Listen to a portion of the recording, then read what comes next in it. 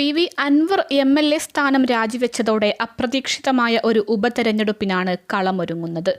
പാലക്കാട്, ചേലക്കര ഉപതെരഞ്ഞെടുപ്പുകൾക്ക് ശേഷമാണ് വീണ്ടും ഒരു തെരഞ്ഞെടുപ്പിലേക്ക് കേരളം കടക്കുന്നത്. നേതാക്കൾ ഇപ്പോഴത്തെ സാഹചര്യത്തിൽ ഒരു തിരഞ്ഞെടുപ്പ് ആഗ്രഹിച്ചിരുന്നില്ല. എങ്കിലും UDFന് നേട്ടമുണ്ടാക്കാനുള്ള അവസരമായി ചില കോൺഗ്രസ് നേതാക്കൾ ഉപതെരഞ്ഞെടുപ്പിനെ കാണുന്നു.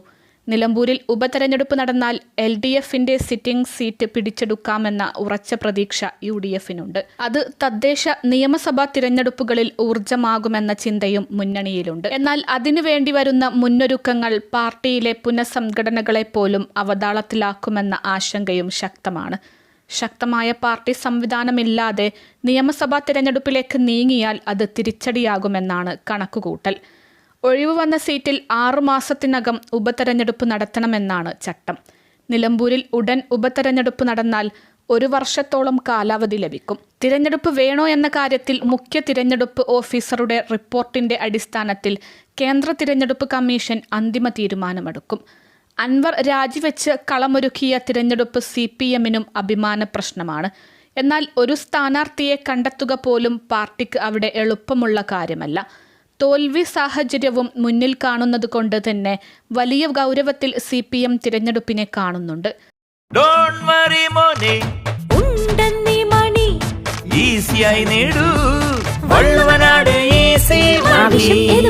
പണം ഞങ്ങൾ തരും.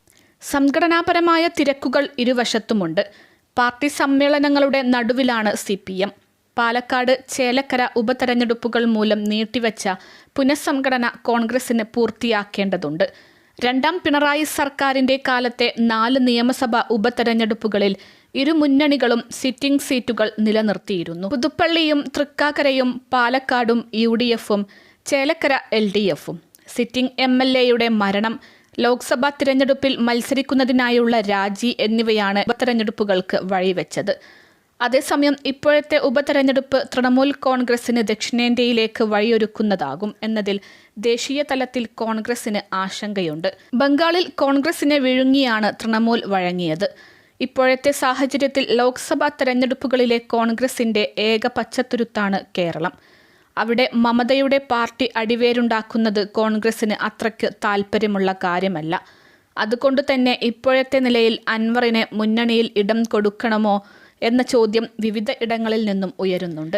LDFിലെയും UDFിലെയും പല പാർട്ടികളിൽ നിന്നും ഒതുക്കപ്പെട്ടവരും ഒതുങ്ങിക്കൂടിയവരുമായ നേതാക്കളെ ഒപ്പം കൂട്ടി തൃണമൂൽ കോൺഗ്രസിനെ കേരളത്തിൽ ശക്തമായൊരു രാഷ്ട്രീയ പാർട്ടിയായി കെട്ടിപ്പടുക്കുക എന്നതാണ് PV അൻവറിന്റെ പുതിയ ദൗത്യം. CPM വിരോധം എന്ന അജണ്ടയിൽ ആളെ ചേർക്കുക എന്നതാണ് അദ്ദേഹത്തിന്റെ നീക്കം. വിവിധ കേരള കോൺഗ്രസുകളിൽ നിന്നുള്ള ഒറ്റയൊറ്റ നേതാക്കളിൽ പലരുമായും അൻവറും ഒപ്പമുള്ളവരും ചർച്ചകൾ നടത്തിയിട്ടുണ്ട്. NCP പോലുള്ള ചില പാർട്ടികളിലെ ചില നേതാക്കളും ചില മുസ്ലിം രാഷ്ട്രീയ പ്രസ്ഥാനങ്ങളിലുള്ളവരും ഒപ്പം ചേരാൻ താൽപ്പര്യപ്പെടുന്നുണ്ടെന്ന് അൻവറിനൊപ്പമുള്ള ചില നേതാക്കൾ പറഞ്ഞു. കോൺഗ്രസിനുള്ളിൽ നിന്നും ഇടതുപക്ഷത്തു നിന്നും ഒറ്റപ്പെട്ടവരും ഒതുക്കപ്പെട്ടവരുമായ ചില പ്രാദേശിക നേതാക്കളും പുതിയൊരു രാഷ്ട്രീയ സാധ്യതയായി തൃണമൂലിനെ കാണുന്നുണ്ട്. മുൻപ് ഇടതുപക്ഷത്തിനൊപ്പമായിരുന്നവരും ഇടത് രാഷ്ട്രീയ നിലപാടാണ് ഇപ്പോഴുമുള്ളത് എന്ന് പറയുന്നവരായ ഒരു വിഭാഗമുണ്ട്. ഇപ്പോൾ LDFനെതിരായ നിലപാടെടുക്കുന്ന ഈ വിഭാഗത്തെ ആകർഷിക്കാൻ കൂടിയാണ് പിണറായിസത്തിനെതിരായ നിലപാട് എന്നാണ് അൻവർ ആവർത്തിച്ച് പറയുന്നത്. തദ്ദേശ സ്ഥാപനങ്ങളിലേക്കുള്ള തിരഞ്ഞെടുപ്പിൽ ആഴ്ന്നിറങ്ങി പ്രവർത്തിച്ച് സംസ്ഥാനത്ത് ഒട്ടേറെ ഇടങ്ങളിൽ സാന്നിധ്യം അറിയിക്കാനാവുമെന്നാണ് അൻവറിനൊപ്പമുള്ളവരുടെ വിശ്വാസം. ഇടയ്ക്കൊന്ന് മന്ദീഭവിച്ച DMKയെ സംസ്ഥാന തലത്തിൽ പുനരുജ്ജീവിപ്പിക്കുകയാണ് ഇനി തൃണമൂലിന്റെ ലക്ഷ്യം. ബംഗാളിന് പുറത്ത് കഴിയുന്നത്ര ഇടങ്ങളിൽ വേരുപടർത്തി കൂടുതൽ ദേശീയ പ്രസക്തിയുള്ള പാർട്ടിയായി തൃണമൂൽ കോൺഗ്രസിനെ മാറ്റുകയാണ് മമതാ ബാനർജിയുടെ ലക്ഷ്യം. CPM വിരോധമാണ് മമതയുടെയും അൻവറിന്റെയും പൊതുഘടകം. നിലമ്പൂർ മുനിസിപ്പാലിറ്റിയിലും നിലമ്പൂർ ഏറനാട് പ്രദേശങ്ങളിലെ പല പഞ്ചായത്തുകളിലും ഇടതുമുന്നണിയിലെ ഒരു വിഭാഗം അംഗങ്ങൾ ജയിച്ചു കയറിയത് അൻവറിന്റെ പിന്തുണയിലാണ്. ഇവർ ഇപ്പോഴത്തെ സാഹചര്യത്തിൽ അൻവറിനൊപ്പം നിൽക്കുമോ എന്നതാണ് ഇനി അറിയേണ്ടത്.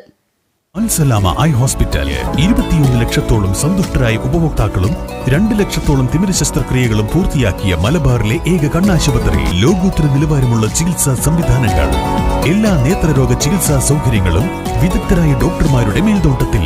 Al Salama eye hospital, hospital road, Perinthalmanna.